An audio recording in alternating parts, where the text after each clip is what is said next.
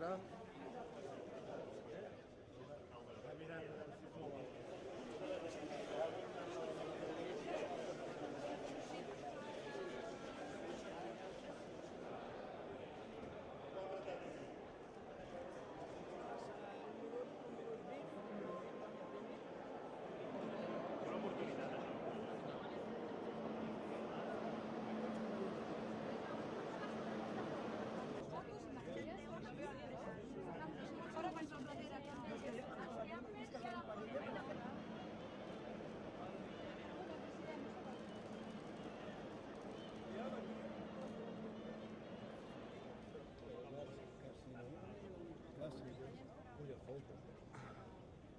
El seu conjunt, amb tots els elements, 150, tot el conjunt de la xarxa de metro de Barcelona i de la seva àrea metropolitana, com s'estan fent el conjunt d'aquests barris, que la seva integració ja no són només d'aquest barri, sinó que són que ha recorregut un traçat majoritàriament de granet.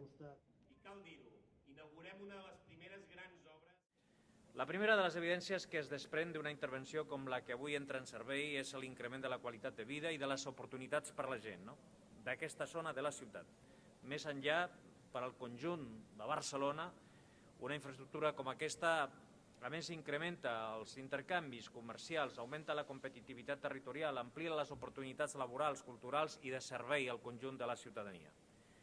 Espero que els veïns i veïnes de Roquetes, de Trinitat Nova, seran els primers en notar-ho, però no els únics. Feia molts anys, com deia al començament, i ha fet referència a l'alcalde, que s'esperava aquest moment. Ara, entre tots, òbviament, ho hem de saber aprofitar. Aquest missatge. El govern de la Generalitat té les eines que té, que no són totes les que voldríem, òbviament, però tampoc són poques, i les hem d'utilitzar amb intel·ligència, amb rigor i amb eficiència.